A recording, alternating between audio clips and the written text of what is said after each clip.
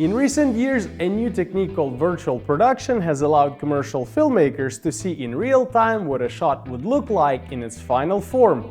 Basically, real-world filmmaking meets digital effects in real time.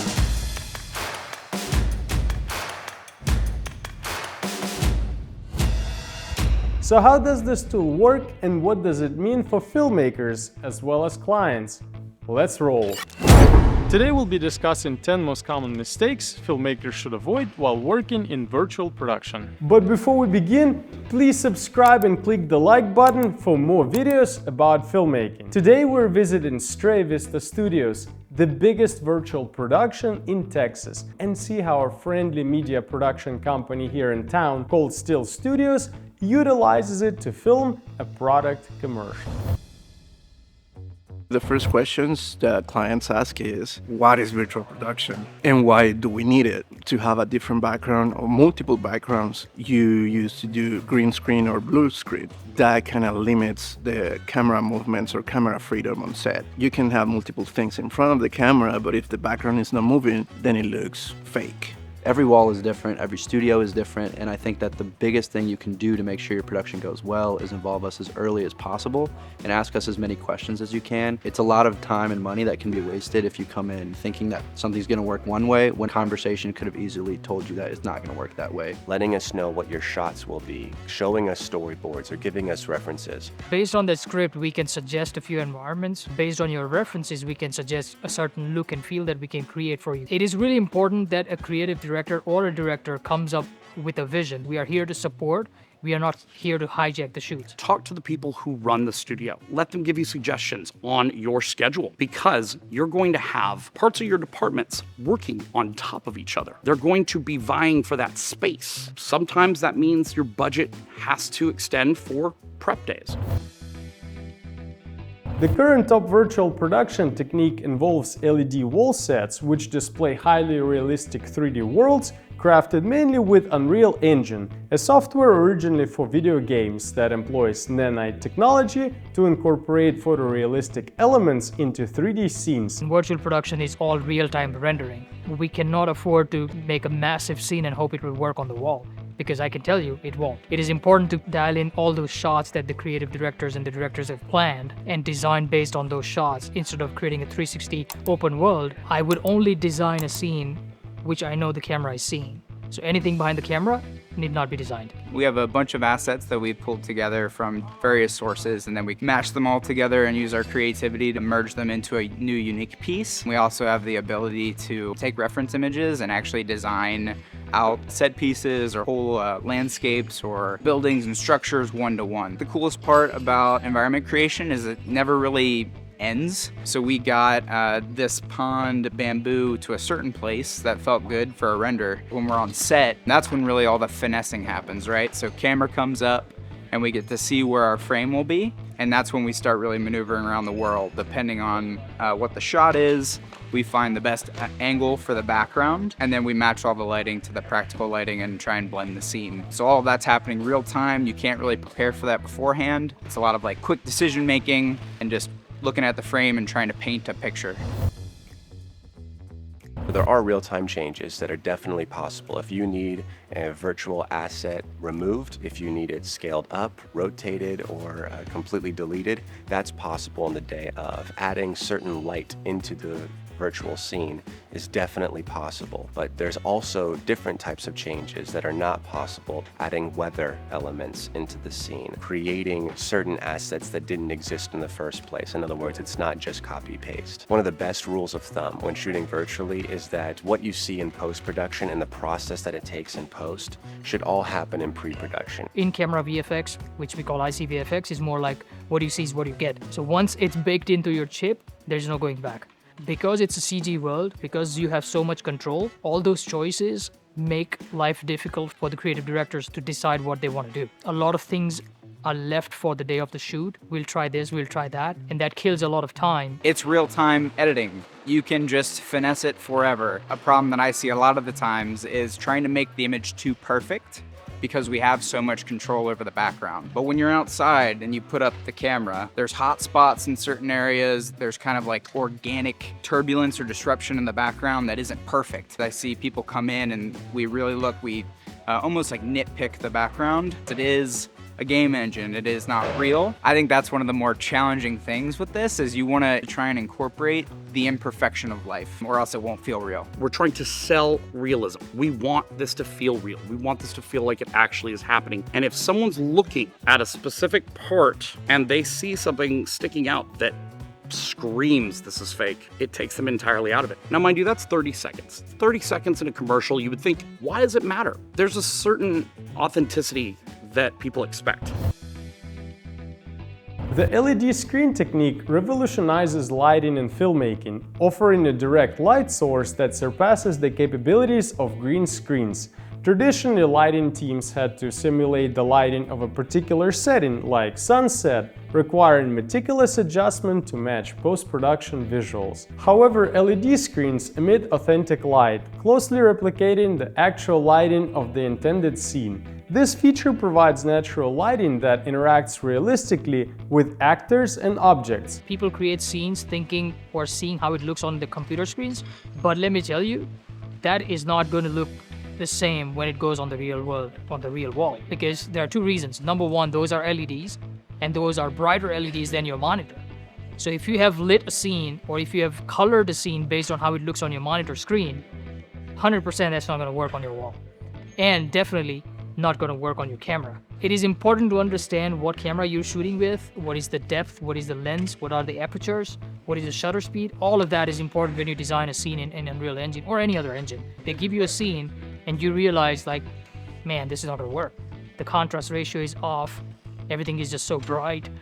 And then when the scene comes to us, the first thing I have to do is dial it down, bring it back to what it would look like on the camera, match the contrast ratios, make it more cinematic in simple terms. We can't have a full wraparound ceiling because we want to be able to key light from back angles out at any angle. So that makes, if any kind of like lower angle shot, you have to be very particular. You can do them, but depending on how wide you need to get, that might be a restriction. Practical art really helps sell the virtual art that's in the background. What we'd like to say is that everything you see on the wall is there as a set extension. So to have a set is still very necessary. Bringing in practical art is going to help blend the practical environment with the virtual so that you actually feel like you're on location. You still have to bring practical art, set dressing, production design, wardrobe. All of this is equally important in the virtual production process because we don't want to be standing in front of a flat image. The concept of depth comes when there are layers attached to it. Foreground, middle ground, middle ground, and background. At least have a foreground. Then you can have your actor, and then you can have another layer of practical art, and then it seamlessly blends into the computer-generated backgrounds. By doing that, you're creating an illusion to an audience's mind like this place exists. The idea of using ICVFX technology to shoot your commercials or your movies or your music videos is to create an illusion of whether this world that you are in was created by us, and it is one big world. We use the practical reference that they have brought as an art department, and we match the background based on that. I don't want to give you a scene of a desert when I know that you're going to bring tropical plants. Doesn't work. We need this rainforesty kind of feel, this nice, serene concept for these cooling sheets. We are creating a textured floor using turf, mulch, grass, all the natural elements you would to just give it that feeling that this is Earth. Our production designer, Dina, has really put together a brilliant idea of grabbing these pallets, drilling into the pallets, being able to have them hold these PVC pipes and taking PVC pipes, heating them up, being able to push them together so you can make these little bends, kind of like bamboo has. We don't want entirely to fool people, we just want them to consider. We want suspension of disbelief. For example, on green screen, you're not able to capture that on camera just because there's no interaction between the background and the layers that you have on set. What the parallax does is give you the impression that you're not in a fake environment. I call them money shots. They last 3-4 seconds max on the final video. Those are the shots that people kind of remember the most. The CG aspect of this only works if you have a working tracking system. In this case, we have a MOSIS tracker, which means we put an infrared camera on top of the camera, which reads the constellation that we have up on the ceiling. These are pretty much reflective stickers. What does the tracking do is communicates the tracking data in the 3D space where the camera is to the engine. And that tracking camera is attached to another camera inside the engine. I have a tracking system attached to a camera, which is a CG camera. And this data comes in a binary code and gets translated to this camera saying, hey, I'm 3 meters high, I'm 16 meters on the left, and let's say 2 meters tilted, give or take. And it kind of gives you the whole perspective and parallax of a real world scenario. How the parallax works, that depends on how you design the scene. We make sure that the creatives get the depth. Without the depth, there is no parallax. Without parallax, why are you even shooting CG? So specifically with cameras, we've found that each camera is a different monster and that there's different ways that we can use the cameras to not have problems interacting with the wall, to not have problems interacting with the tracking system.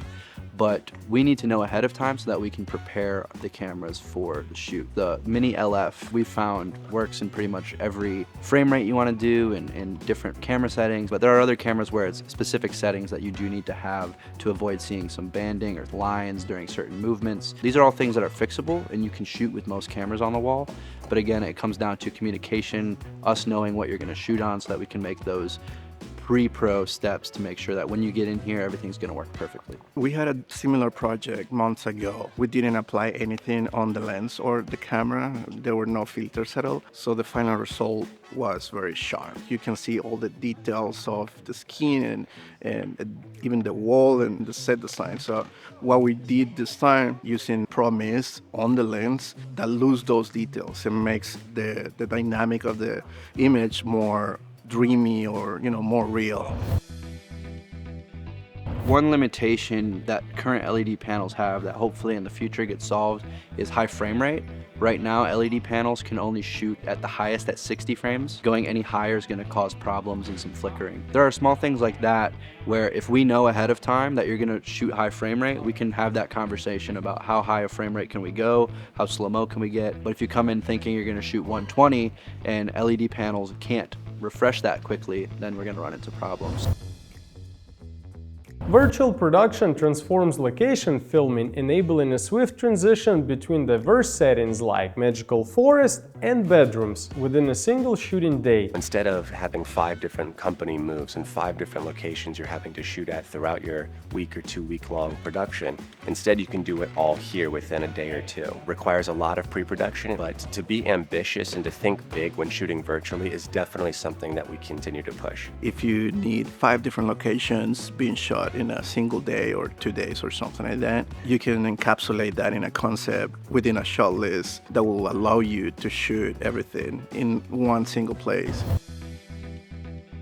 We are experimenting with being able to scan rooms and then AI pieces that together so that we can have realistic photo scanned environments in Unreal Engine using NeRFs or photogrammetry or Luma AI. There's really interesting potential in Unreal Engine for populating a scene with, say, trees or stones or some of these more random elements that AI can generate for you. So it's not to the point where we're using it every day yet, but we are definitely testing out a lot of AI products. I look at AI as a tool that still needs a person behind it to use it effectively and correctly. It might replace a couple jobs, but I think it'll all come out in the wash and new jobs will also be created. Virtual production idea came into existence thinking the cinematic experience in mind. AI does not give you cinematic experience. For cinematic experience, you need human touch. You need someone who understands emotion, someone who understands how the lights work, how the color theory work. AI can only give you certain graphics to a certain resolution, certain clarity, but in cinema, you need everything pristine. You as creatives want the control, so you want to pinpoint, this is what I want to get changed, I don't like this, and it needs to be changed. If everything is designed by AI as a one cohesive picture, how are you going to change individual assets? Maybe you could use Sora or a video generating AI platform to generate video plates for you and then shoot on the wall. I'm excited for when we can start doing like text to 3D object. I know that it's on the horizon.